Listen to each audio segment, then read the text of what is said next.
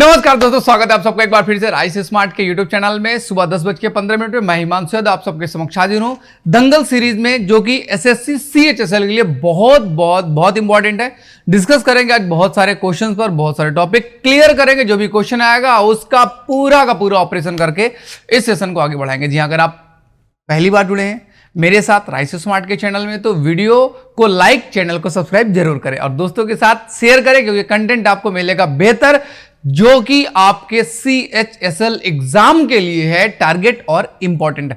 बाकी का आपका अगर सितंबर अक्टूबर में अगर आप एग्जाम देना चाहते हैं CHSL का, तो उसके लिए भी ये उतना ही कारगर होगा, सिद्ध होगा, सफल होगा। आइएगा बढ़ते हैं पहले इसमें। सबसे पहले तो आप एक चीज देख लीजिएगा कि अगर आपका तैयारी जो है वो ठीक ढंग से नहीं हुआ है, आप GS, मैथ, इंग्लिश, रीजनिंग पढ़ना चाहते हैं, तो हमारे पास वो बैचेज अवेलेबल है। आप देख सकते हैं मैथ्स का बैच आपका 999 का, आपका रीजनिंग और GS का कंप्लीट बैच 999 का है, इंग्लिश का बैच भी आपका 999 का है, जो कि आप क्या कर सकते हैं, जी हाँ, जो कि आप ले सकते हैं, बाई कर सकते हैं, परचेज कर सकते हैं। परचेज के लिए आपको एप्लीकेशन डाउनलोड करना है। एप्लीकेशन का नाम है राइस स्मार्ट हिंदी, तो डाउनलोड कर लीजिएगा और वहां पे आपको मिल जाएगा। ठीक है, चलेगा। मैं हिमांशु यादव, आगे बढ़ते हैं आज के पहले क्वेश्चन की तरफ। पहला क्वेश्चन भैया क्या है, बहुत ही सिंपल सा क्वेश्चन होगा आपके लिए। भारत में स्थित मंदिर की संरचनाओं को उनके किस भाग के आधार पर फामसाना या लैटिना के रूप में वर्गीकृत किया गया है? मंदिरों का डिजाइन जो है वो किसमें, फामसाना या फिर लैटिना के रूप में जिनको डिस्क्राइब किया गया, वो आपके क्या है, वो आपको बताना है। तो आइएगा देखेंगे थोड़ा सा मंदिर के बारे में, जो मंदिर शैली है उसके बारे में थोड़ी सी चर्चा कर लेते हैं। किस प्रकार के मंदिर होते हैं, भारत में कैसे मंदिरों की शुरुआत हुई। तो मंदिर स्ट्रक्चर पर जब हम बात करते हैं तो वहां पर जो हमें ध्यान रखना है, भारत में मंदिर शैली, सबसे पहले जो मंदिर आए, गुप्तों से पहले जो मंदिर आए, उन मंदिरों में कहते हैं कि किसी एक 4 खंभे वाला कोई एक डिजाइन, और डिजाइन जमीन से जुड़ा हुआ, ये मान लीजिएगा कोई एक छत है, कोई एक कमरा है, इसी में भगवान को रख दिया गया, उसी की पूजा होती थी। और इस चीज को बोला जाता था यान। क्या बोला जाता था? यान। भगवान होना जरूरी है या जरूरी नहीं भी है? ऊपर की छत मिलेगी तो ठीक है, नहीं मिलेगी तो कोई बात नहीं। और ये जो मंदिर आपको मिलेंगे, ये आपके कर्नाटक में और मध्य प्रदेश में मंदिर मिलेंगे। कहां मिलेंगे? कर्नाटक में प्लस मध्य प्रदेश में आपको ये मंदिर मिलेंगे। इसके बाद अगली श्रेणी में मंदिर जो बनाए जाएंगे वो हल्का गोलाकार पद्धति में बनाए जाएंगे। इन मंदिरों का नाम रखा जाएगा प्राकार। क्या नाम रखा जाएगा? प्रकार या प्रकार। ये आपके कहां मिलेंगे? ये आपके मध्य प्रदेश जबलपुर में मिलेंगे, कर्नाटक हेलेबीड वगैरह में भी आपको मिल जाएंगे, यानी कि क्षेत्र इनका वही रहने वाला। और प्राकार के बाद आपके जो मंदिर बने, उन मंदिरों में शिखर की शुरुआत होती है। और इसके बाद जो मंदिर आते हैं वो गुप्तों के मंदिर आते हैं। किसके मंदिर आते हैं? गुप्तों के। और इन मंदिरों में दीवाल के साथ कुछ इस प्रकार का स्ट्रक्चर देखने को मिलेगा, और इस स्ट्रक्चर में आपकी कुछ सीढ़ियां भी देखने को मिल जाती हैं। प्रॉपर इसमें प्रदक्षिणा पथ हर एक मंदिर में, यानी कि भगवान के चारों तरफ घूमने का हो भी सकता है, नहीं भी हो सकता है। ऊपर कोई एक झंडा भी हो सकता है या नहीं भी हो सकता, जरूरी नहीं है। बेसिक मंदिर शुरुआत में बने। और इन्हीं मंदिरों में जब बिल्कुल एग्जैक्ट मंदिर की जो शैली निकल कर आती है, वो कब आती है? वो आती है आपकी भारत में गुप्त काल और उसके बाद। गुप्त काल और उसके बाद जो है, जो मंदिर शैली निकल कर आती है, वो 3 प्रकार के मंदिर भारत में देखने को मिलते हैं। एक मंदिर है जिसको बोलते हैं नागर शैली के मंदिर, एक है जिन्हें हम बोलते हैं द्रविड़ शैली के मंदिर, और एक मंदिर है जिन्हें हम बोलते हैं बेसर मंदिर शैली। मंदिरों को भारत में क्षेत्र के हिसाब से अलग अलग पार्ट में डिवाइड किया गया। अब अगर नागर शैली की बात करें तो भारत में गुजरात, मध्य प्रदेश और उड़ीसा के ऊपर के जितने भी मंदिर हैं, कहने का मतलब अगर आप इस क्षेत्र को लें तो गुजरात इस वाले क्षेत्र को लें तो मध्य प्रदेश, और इधर वाला क्षेत्र लें तो आपका उड़ीसा। इनसे ऊपर जितने भी क्षेत्र हैं, चाहे वो उत्तर प्रदेश हो, कोई मंदिर राजस्थान में मिल जाए, कोई मंदिर आपका ऊपर और जम्मू कश्मीर में मिल जाए, ये सभी मंदिर नागर शैली के मंदिर कहलाते हैं। फिर इसके बाद द्रविड़ शैली की बात करें,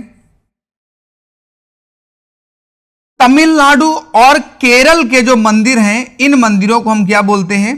द्रविड़ शैली के मंदिर बोलते हैं। कहां कहां पर है?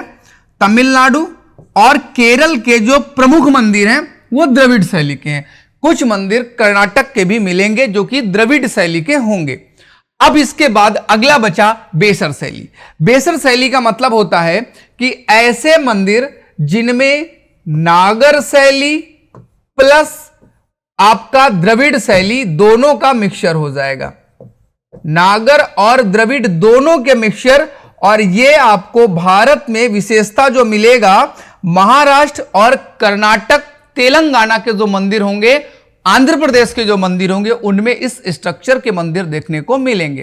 कौन कौन से? तो आपका बेसिक सबसे इंपॉर्टेंट कर्नाटक, कर्नाटक के साथ अब इंपॉर्टेंट हो गया तेलंगाना। रामप्पा मंदिर जब से आ गए, हेलेबीड आपके कर्नाटक वाले, होयसल वाले जो मंदिर हैं, और प्लस आपका महाराष्ट्र के क्षेत्र के जो कुछ मंदिर है वो बेसर शैली के मंदिर होते हैं। अब अगर हम बात करें कि नागर शैली, द्रविड़ शैली, बेसर शैली में अंतर क्या है, कैसे पहचाने? एक तो क्षेत्र के आधार पर पहचान लिया, बाकी इनके डिजाइन की जब हम बात करते हैं कि इनका स्ट्रक्चर आखिर कैसा है, तो उस पर थोड़ी सी चर्चा कर लेते हैं।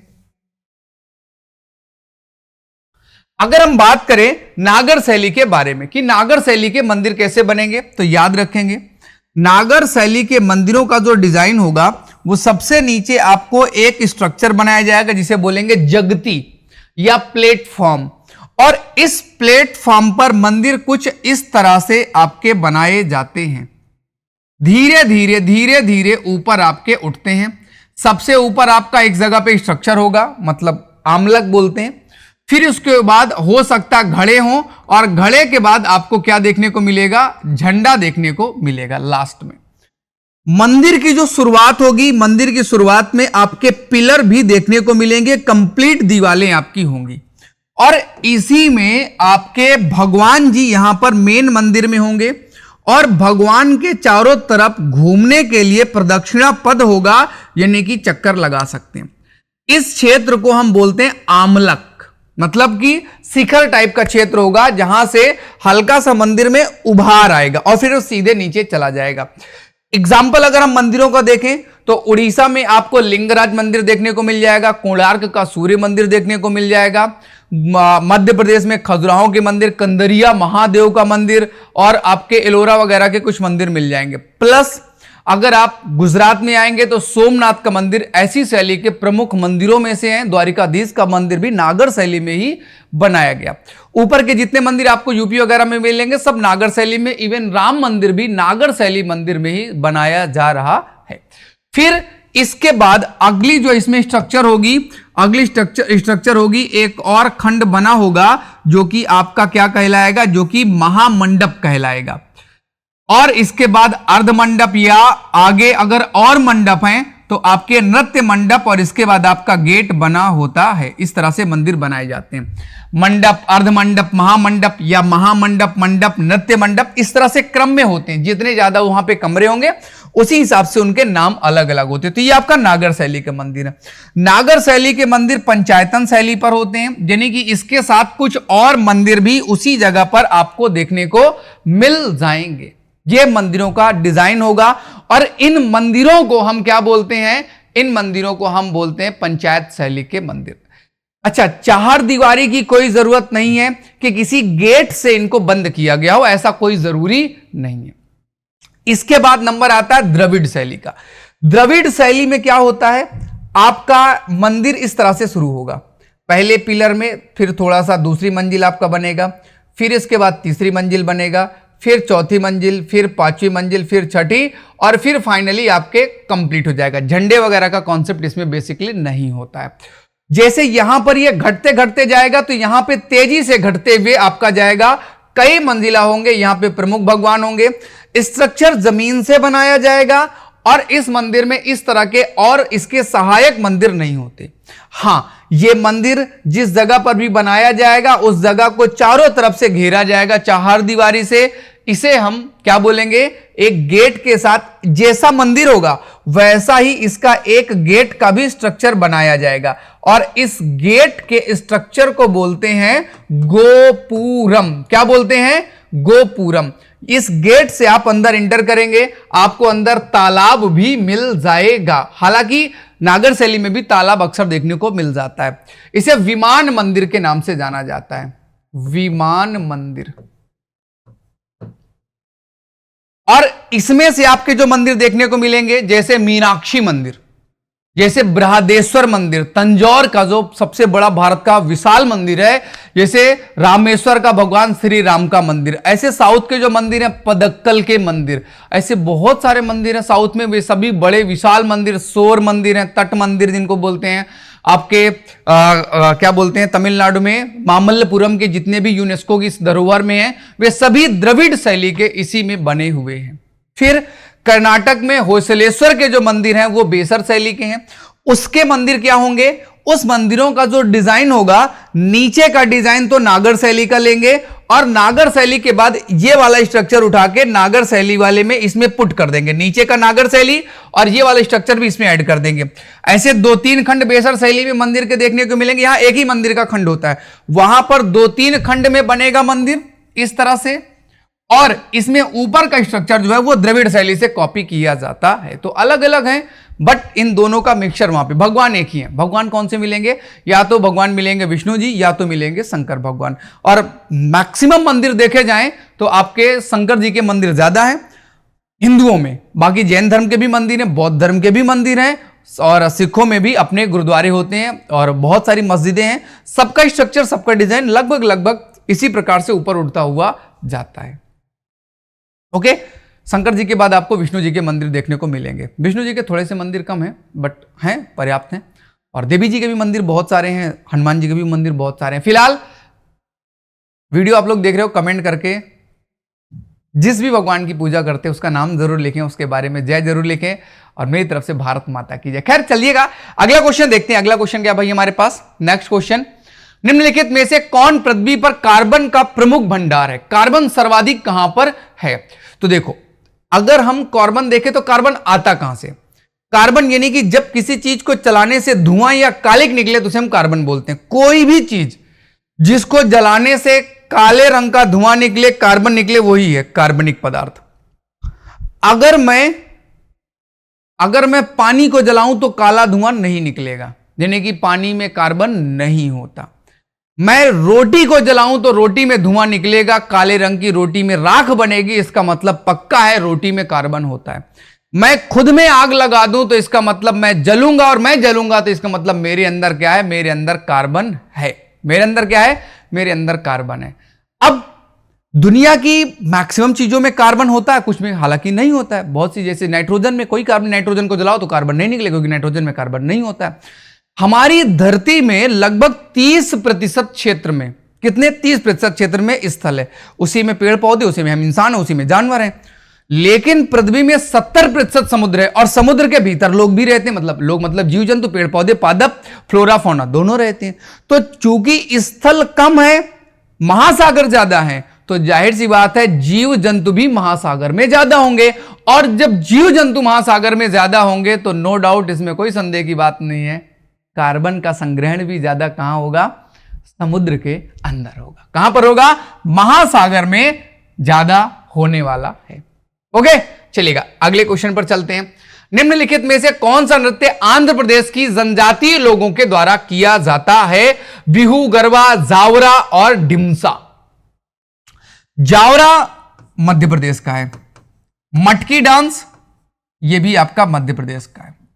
बिहू के बारे में बात करें तो ये आपका असम में मिलेगा। भोगाली बिहू है, माघ बिहू है, ऐसे बहुत सारी बिहू, 3 प्रकार के बिहू होते हैं। गरबा लोग जब आपका नवरात्र वगैरह के सीजन में खुशी में लोग मनाते हैं, गरबा डांस करते हैं, गुजरात वाले क्षेत्र में आपको मिल जाएगा। जन्माष्टमी वगैरह में भी लोग बहुत सारे दांडिया वगैरह का नृत्य करते हैं। डिमसा जो है ये कहां का है, आंध्र प्रदेश का है। और ढिमसा के अलावा आंध्र प्रदेश का एक और है क्लासिकल डांस, उसका नाम है कुचिपुड़ी। कुचेलापुरी गांव में विकसित हुआ है। तो आंध्र प्रदेश का जनजातीय डांस है, उसका नाम है डिमसा। क्या नाम है? डिमसा। आगे चलते हैं।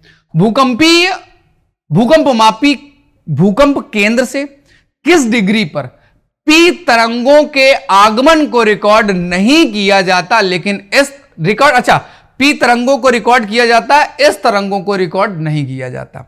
अब इसको थोड़ा सा समझेंगे हम, फिर इस क्वेश्चन पर आएंगे। ज्यादा क्वेश्चन ना करेंगे कोई बात नहीं, बट हम इस चीज को जरूर समझेंगे, इस सेगमेंट को जरूर समझेंगे। आइएगा, सबसे पहले तो हम बात करते हैं भूकंप की। भूकंप किसे कहते हैं? पृथ्वी की सतह पर अकस्मात कंपन को भूकंप कहते हैं। पृथ्वी की क्रस्ट जब हिलने लगे तो उसे क्या बोलते हैं? भूकंप। एक दिन में 18,000 से ज्यादा बार भूकंप आता है भारत, मतलब पूरी दुनिया में 18,000 से ज्यादा बार एक दिन में भूकंप आता है। ओके, ठीक है। अब भूकंप आता कैसे है? तो चूंकि हमारी पृथ्वी की जितनी भी प्लेटें हैं, वे सभी प्लेटें कहां पर हैं? वो लिथोस्फीयर के ऊपर हैं, दुर्बल मंडल के ऊपर हैं। अगर हम पृथ्वी की बात करें तो पृथ्वी में 220 किलोमीटर के आसपास आपका क्या है? तो 220 किलोमीटर के पास आपका लिथोस्फीयर है, और लिथोस्फीयर के ऊपर बड़ी बड़ी 7 प्लेटें और छोटी छोटी ढेरों प्लेटें हैं। क्योंकि पृथ्वी अपने अक्ष पर घूर्णन करती है, तो इस वजह से जब लिक्विड के ऊपर, प्लाज्मा के ऊपर कोई पदार्थ रखोगे और वो घूमेगा तो सब में मूवमेंट होगा। तो जब पृथ्वी घूमती है तो इन प्लेटों में भी मूवमेंट होगा, और ये एक दूसरे से जुड़ती हैं या एक दूसरे से बाहर। अगर ये दोनों जुड़ रही हैं तो जाहिर सी बात है इन दोनों के बीच में क्या होगा? अलगाव होगा। एक दूसरे से मिलने जुड़ने के क्रम को अभिसारी, कन्वर्जन या डाइवर्जन, ऐसे अपसारी नाम से जाना जाता है।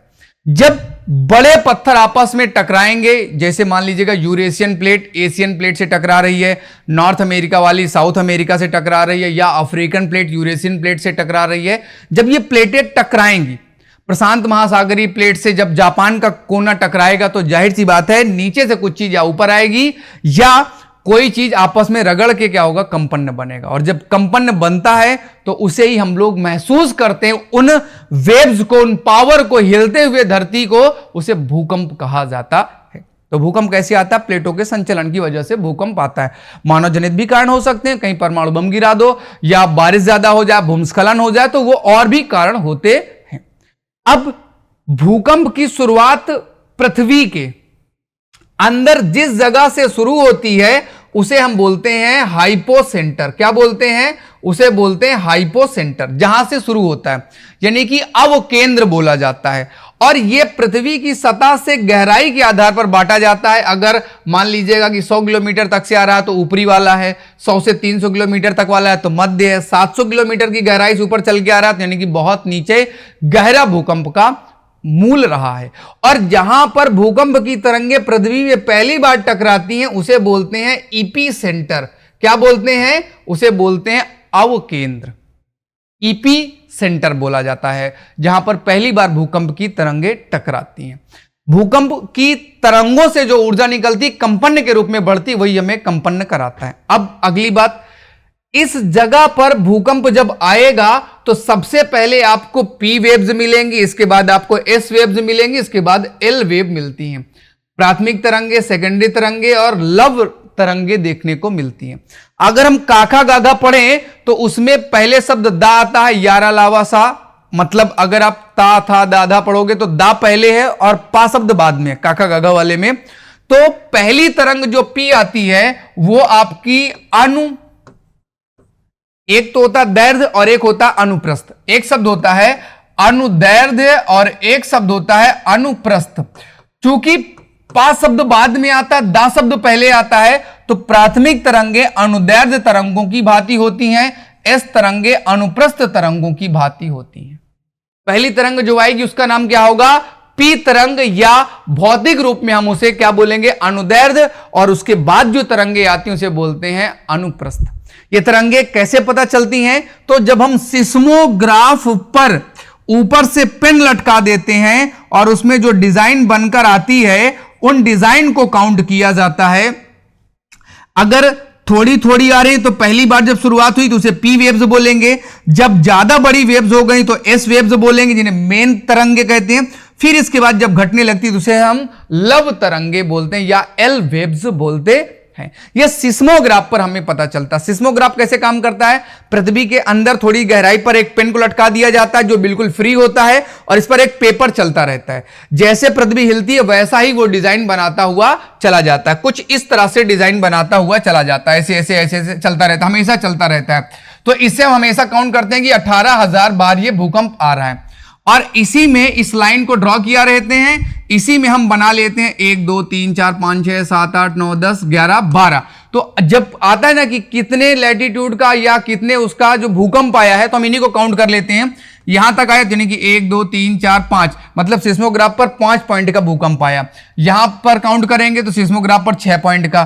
तो इन्हीं पॉइंट से पता चलता है कि भूकंप कितना तीव्र था, उसकी डेंसिटी कितनी खतरनाक थी। सिस्मोग्राफ पर जो पेन के आधार पर हमें पता चलता है। पहले जो तरंगे आएंगी उन्हें पी वेव्स बोला जाएगा, इसके बाद जो आएंगी उन्हें एस वेव्स बोला जाएगा, अंत में जो तरंगे आती है उन्हें क्या बोला जाता है? एल वेव्स बोला जाता है।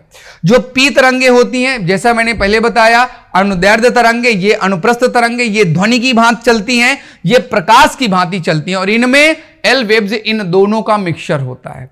ये तरंगे 6 किलोमीटर प्रति घंटे के स्पीड से 8 किलोमीटर की, ये थोड़ी सी और ज्यादा 10 किलोमीटर से ज्यादा, और वो और ज्यादा तीव्र मतलब गति से आती है। अब समझिएगा, जो पी तरंगे हैं ये आपकी ठोस में भी चल सकती हैं, ये द्रव में भी चल सकती हैं और गैस में भी चल सकती हैं पी तरंगे। लेकिन जब ये द्रव और गैस में आती हैं तो मार्ग से थोड़ा विचलित हो जाती हैं, सेम नहीं चल पाती। एस तरंगे ये केवल ठोस माध्यम में ही चलती हैं, बाकी और कहीं नहीं चल पाती हैं। एस एल तरंगे सतही तरंगे होती हैं, तो वो केवल सतह पर चलेंगी, बाकी और कहीं नहीं चलती। अब आइएगा हम इसे पृथ्वी में चलाते हैं, जैसा हमारा क्वेश्चन था। ये हमारी रही क्या? पृथ्वी। पृथ्वी के अंदर आपने सुना होगा जो कोर होता है वो लिक्विड अवस्था में है, प्रेशर ज्यादा होने की वजह से। तो जब यहां से पी तरंगे अगर हम चलाएं, इस जगह से मान लीजिएगा भूकंप की तरंगे पी तरंगे चलाएं, तो यहां से पी तरंगे इस तरह से चलेंगी, ये यहां से ये पी तरंगे आ रही हैं इसके पास तक। चूंकि ये वाला जो क्षेत्र है ये द्रव का है, अंदर थोड़ा सा लिक्विड फॉर्म होता है, तो अगर ये वाली हमारी पी तरंगे हैं तो ये थोड़ा सा विचलित हो जाएंगी। थोड़ा सा कैसे हो जाएंगी? ये अपने मार्ग से थोड़ा सा हिल जाएंगी और निकल जरूर जाएंगी। कोई इधर की उधर चली जाएगी, कोई उधर की इधर, लेकिन जाएंगी जरूर, ये रुकेंगी नहीं, इधर से उधर भी और यहां से ये यहां तक भी चली जाएंगी।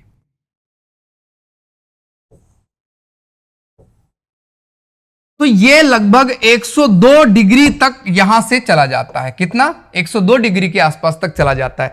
तो यानी कि अगर हम इसे 0 माने तो 0 से 102 तक तो आपका पी है ही है, प्लस आगे भी आपको पी यहां पर भी देखने को मिल जाएगा। ये तो पी तरंगों का रहा।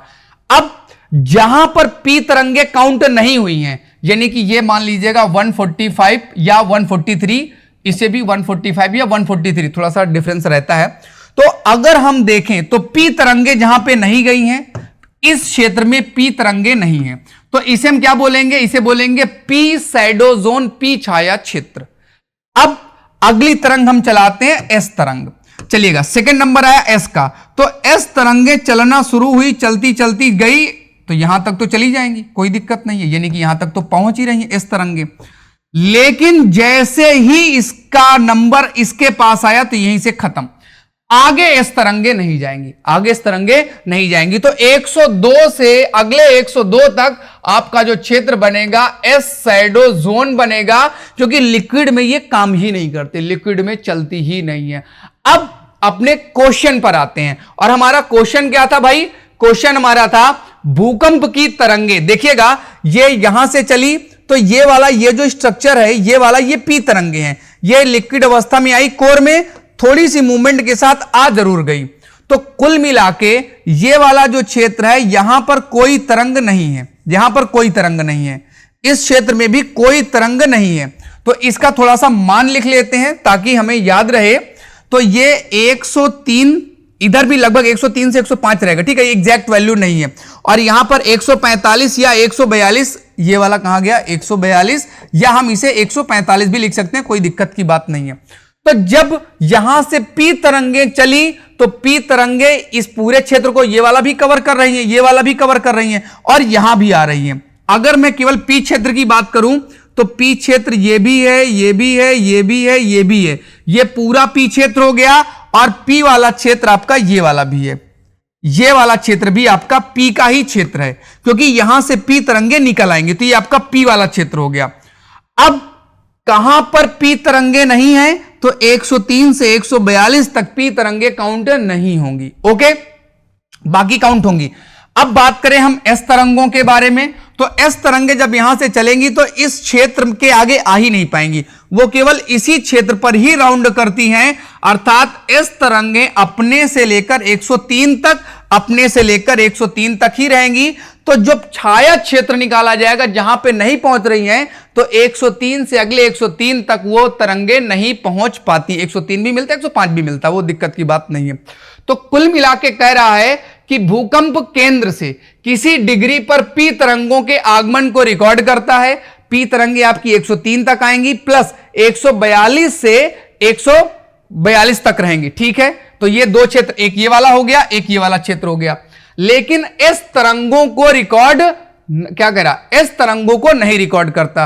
तो इस तरंगे 103 के बाद से 142 तक रिकॉर्ड नहीं होती, जहां पर इस तरंगे नहीं है। पी तरंगे रिकॉर्ड हो रही हैं, यहां भी पी तरंगे, यहां भी पी तरंगे, यहां पर इस तरंगे नहीं है। तो आप कह सकते हो कि इसके बाद वाला जो क्षेत्र होगा 145 के आगे, ये वाला आपका इस क्षेत्र में आ जाएगा, जहां पर इस तरंगे नहीं है, पी तरंगे हैं। इसमें पी तरंगे हैं, एस तरंगे नहीं है। यहां पर ना पी तरंगे हैं ना एस तरंगे हैं, यहां पर ना तो पी तरंगे हैं ना तो एस तरंगे हैं, यहां पर पी तरंगे हैं, एस तरंगे नहीं है।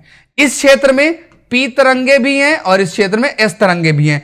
0 से 103 तक पी और एस दोनों पाया जाएगा, और 103 से 145 तक ना पी मिलेगा ना एस मिलेगा, और 145 से अगले 145 तक पी मिलेगा, एस नहीं मिलेगा। क्वेश्चन क्या कह रहा है कि P अवेलेबल है, S अवेलेबल नहीं है।